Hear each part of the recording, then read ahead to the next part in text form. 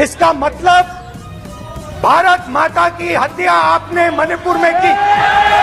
मणिपुर के लोगों को मारकर भारत की हत्या की है। आप देश द्रोही हो, आप देशभक्त नहीं हो, आप देश प्रेमी नहीं हो, इसीलिए आपके प्रधानमंत्री मणिपुर में नहीं जा सकते हैं, क्योंकि उन्होंने देश की हत्या की है।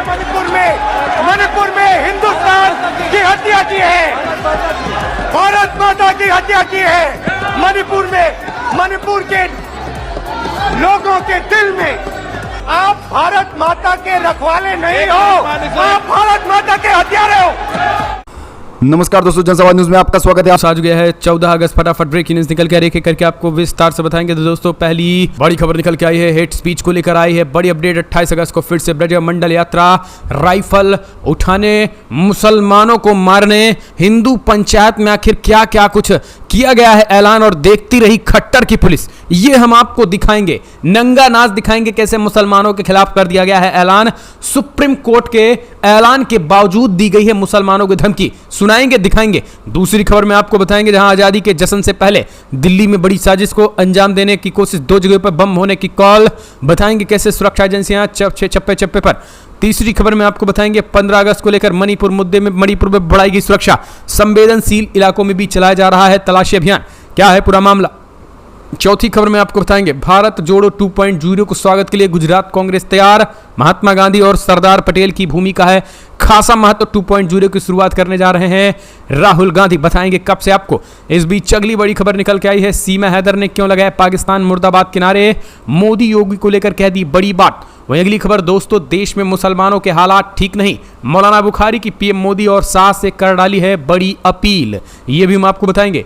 अगली एक और खबर निकल के आई है, वायनाड में राहुल गांधी ने आदिवासी अधिकारों की वकालत की, बताया देश के मूल बलिक, बताएंगे क्या है पूरा मामला। और इन सब के बीच लेडी डॉन शाइस्ता परवीन और गुड्डू मुस्लिम के बाद साबिर पर कसा शिकंजा, 5 लाख रुपए का इनाम हुआ है घोषित, इनके बारे में हम आपको बताएंगे। और इस बीच यूपी में ड्रग्स कारोबार करने वाले साधु पर बड़ी हुई है कार्रवाई। जी हाँ, साधु संत कर रहे हैं ड्रग्स का कारोबार, करोड़ों की संपत्ति भी हो गई है कुर्क, बताएंगे इसके बारे में। लेकिन उससे पहले छोटा समझेंगे, आपने चैनल को सब्सक्राइब नहीं किया तो पल पल के अपडेट के लिए चैनल को सब्सक्राइब करना ना भूलें। दोस्तों, दरअसल पहली जो बड़ी खबर निकल के आई है आपको बता दें, बिग ब्रेकिंग 28 अगस्त को फिर से ब्रज मंडल यात्रा होने जा रही है, राइफल उठाने की अपील, हिंदू महापंचायत में क्या हुआ है वो समझिए। नूह हिंसा के बाद हरियाणा के पलवल जिले में हिंदू समाज ने महापंचायत आयोजित किया है। पुलिस ने पहले ही कहा था कि इस महापंचायत को कई शर्तों पर आयोजित करने की अनुमति दी गई है। इन शर्तों में हेट स्पीच नहीं देना भी शामिल था।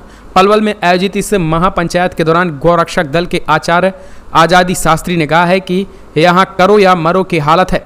इसके साथ ही उन्होंने युवाओं से बंदूक उठाने की अपील की है।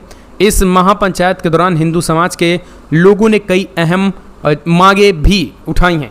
महापंचायत में मांग उठाई गई है कि हरियाणा में हुई हिंसा मारे गए लोगों के परिजनों को 1 करोड़ रुपया और सरकारी नौकरी दी जाएगी।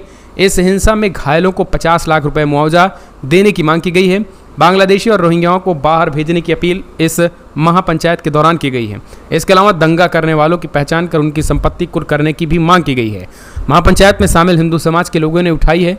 मीडिया रिपोर्ट के मुताबिक पलवल में हिंदू महापंचायत के दौरान यह भी फैसला किया गया कि 28 अगस्त को दोबारा ब्रज मंडल यात्रा निकाली जाएगी और हालांकि तारीख बदली भी जा सकती है।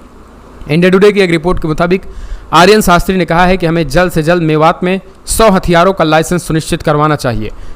इसमें गन नहीं बल्कि राइफल होनी चाहिए, क्योंकि राइफल से लंबी दूरी पर फायरिंग मुमकिन है। ये समझिए, ये सब कुछ जो है वो ये एक महापंचायत में, उस वक्त महापंचायत हो रही है जब देश में ऑलरेडी उस नूह और मेवात हरियाणा में दंगा भड़का है। वो कहते हैं कि हमें राइफल की लाइसेंस चाहिए 100, एक करो या मरो की स्थिति है। देश का बंटवारा हिंदू और मुसलमान के आधार पर हुआ था, गांधी जी की वजह से मुस्लिम मेवात में रह गए हैं। समझिए, शास्त्री ने इस मौके पर युवाओं से कहा है कि एफआईआर से डरने की जरूरत नहीं है, हमें एफआईआर से डरना नहीं चाहिए। मेरे खिलाफ भी एफआईआर है, लेकिन हमें डरना नहीं चाहिए।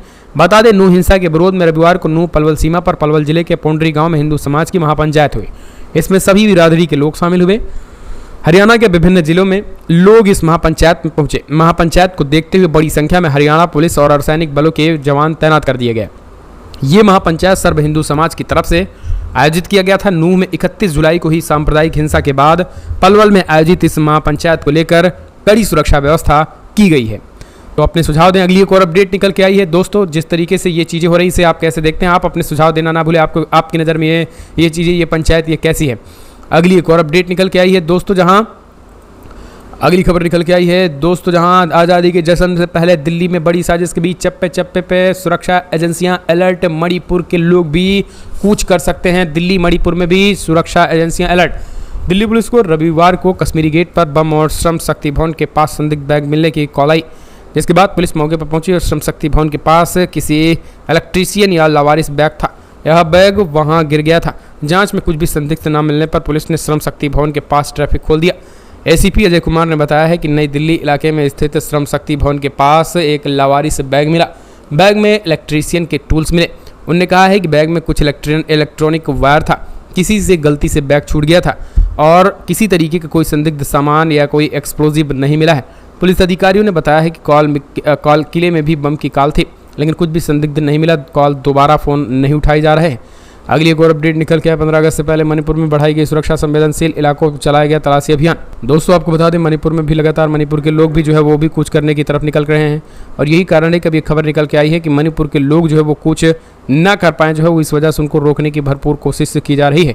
एक और अपडेट निकल के आई है दोस्तों, भारत जोड़ो 2.0 के स्वागत के लिए गुजरात कांग्रेस तैयार। महात्मा गांधी और सरदार पटेल की भूमि का है खासा महत्व। गुजरात कांग्रेस ने महात्मा गांधी और सरदार पटेल की भूमि पर भारत जोड़ो यात्रा के दूसरे चरण का उद्घाटन करने के लिए राहुल गांधी को आमंत्रित करने का फैसला किया है।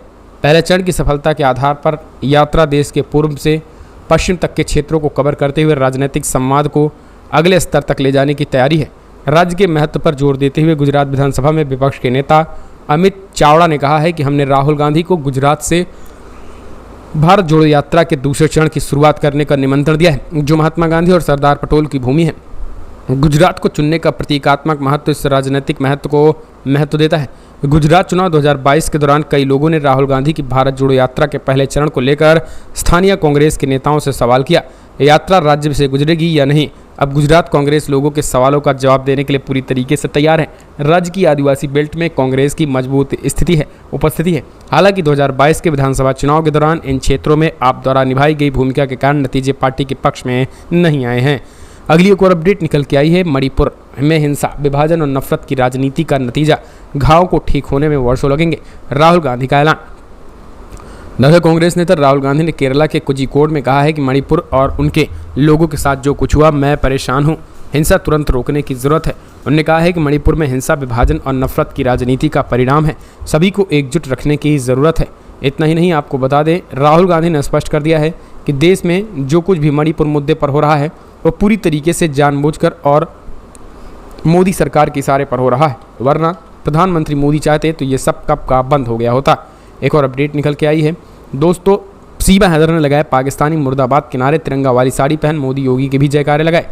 दरअसल आपको बता दें, जहां पाकिस्तान से भागकर भारत आई सीमा हैदर अब अपना नाम सीमा ठाकुर रख लिया है। सीमा का दावा है कि उसने हिंदू धर्म अपना लिया है और लहसुन प्याज तक खाना छोड़ दिया है। अपने आशिक सचिन के पास आई सीमा अक्सर पाकिस्तान की बुराई करती दिख रही हैं, लेकिन रविवार को कुछ ऐसा हुआ जिसे देखकर लोग हैरान रह गए। सीमा हैदर पाकिस्तान मुर्दाबाद का नारा लगाने लगी। यही नहीं, तिरंगे वाली साड़ी पहन वो उत्तर प्रदेश के मुख्यमंत्री योगी आदित्यनाथ और प्रधानमंत्री मोदी के भी जयकारे लगाने रही हैं। अब सीमा हैदर का ये जो है वो अंदाज़ देखकर हर कोई हैरान है। एक और अपडेट निकल के आई है, देश में मुसलमानों के हालात ठीक नहीं हैं। मौलाना बुखारी ने एक बार फिर से की अपील। दोस्तों, जामा मस्जिद के इमाम मौलाना बुखारी ने शुक्रवार को नमाज के वक्त तहरीर में पीएम मोदी और केंद्रीय गृह मंत्री अमित शाह से अपील करते हुए कहा है कि देश में मुसलमानों के हालात ठीक नहीं हैं। आज वो मुल्क में हालात हैं वो एकाएक पैदा नहीं हुए हैं। कैसा ये हुआ आप भी जानते हैं और हम भी। मुल्क में नफरत की आंधी अमन की राह में संगीन मसले खड़े कर रही है। केवल हिंदुस्तान ही नहीं बल्कि दुनिया में मुसलमानों के खिलाफ नफरत फैल रही है। हमें मुसलमान होने की सज़ा दी जा रही है, लेकिन ये नफरत किसी भी मुल्क के लिए खतरनाक साबित होगी। उन्होंने कहा है कि इस मुल्क के आवाम इतने कमज़ोर हो गए हैं कि जुल्म कानून से ज़्यादा मजबूत होते जा रहे हैं। खुलेआम एक मजहब के मानने वालों को धमकियाँ दी जा रही हैं।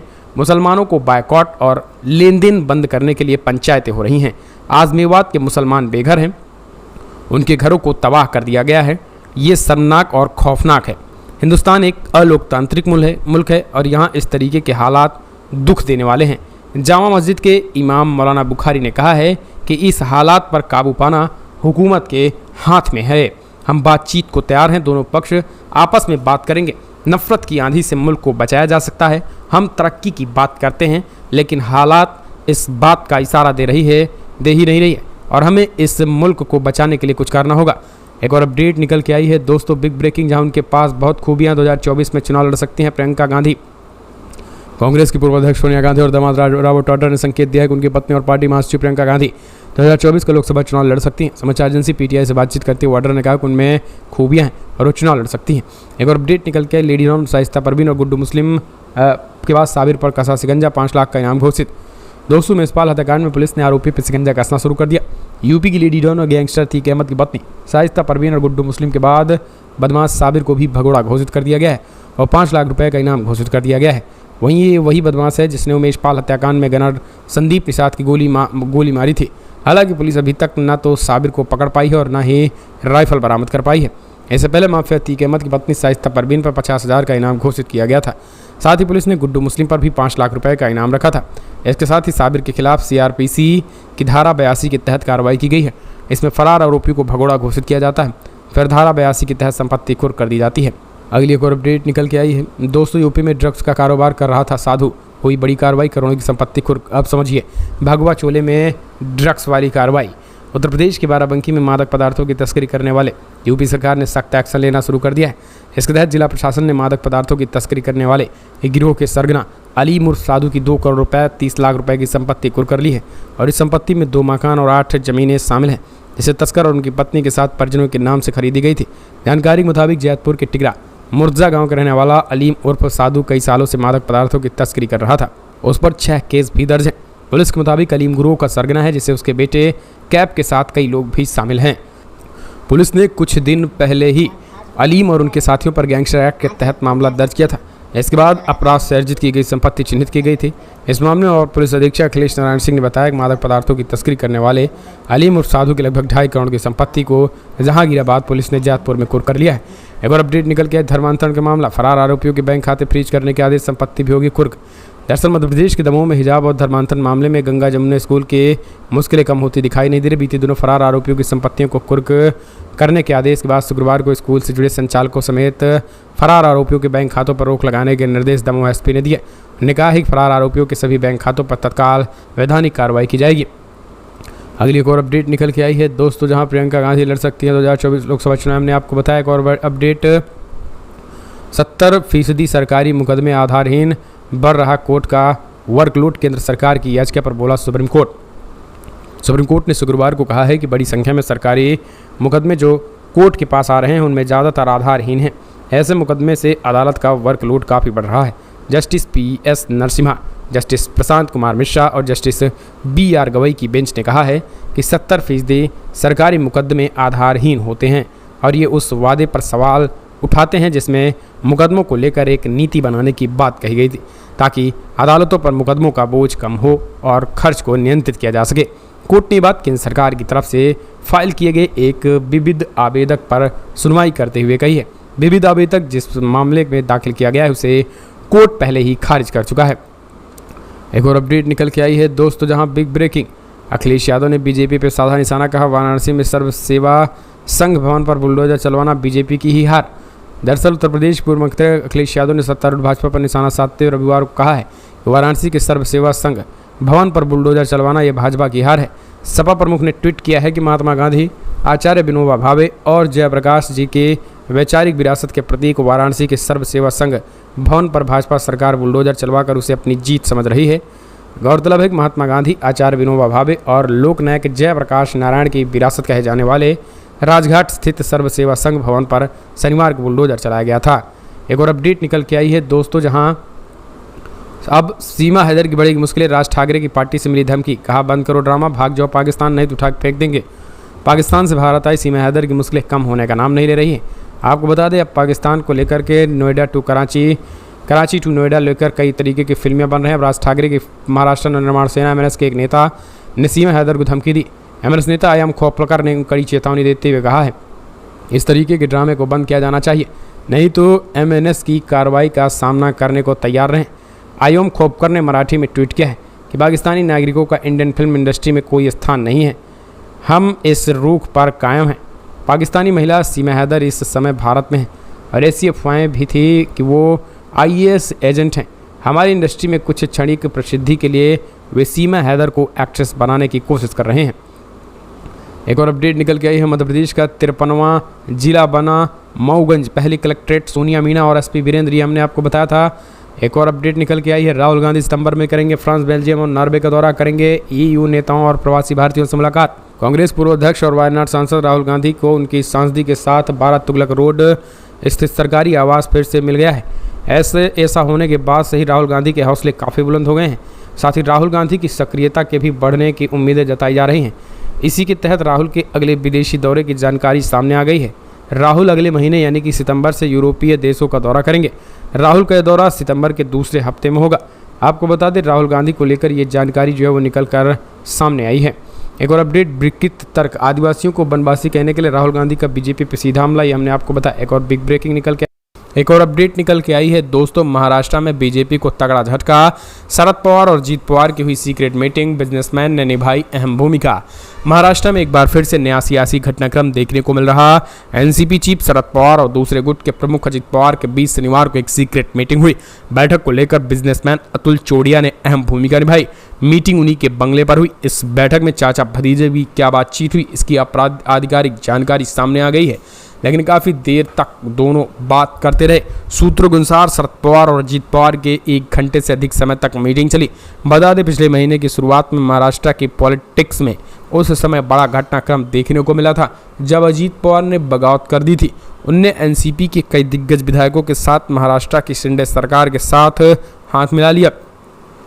इसके बाद अजीत पवार को डिप्टी CM और कई अन्य विधायकों को मंत्री बनाया। आने वाले समय में महाराष्ट्र के कैबिनेट विस्तार भी होने वाला है।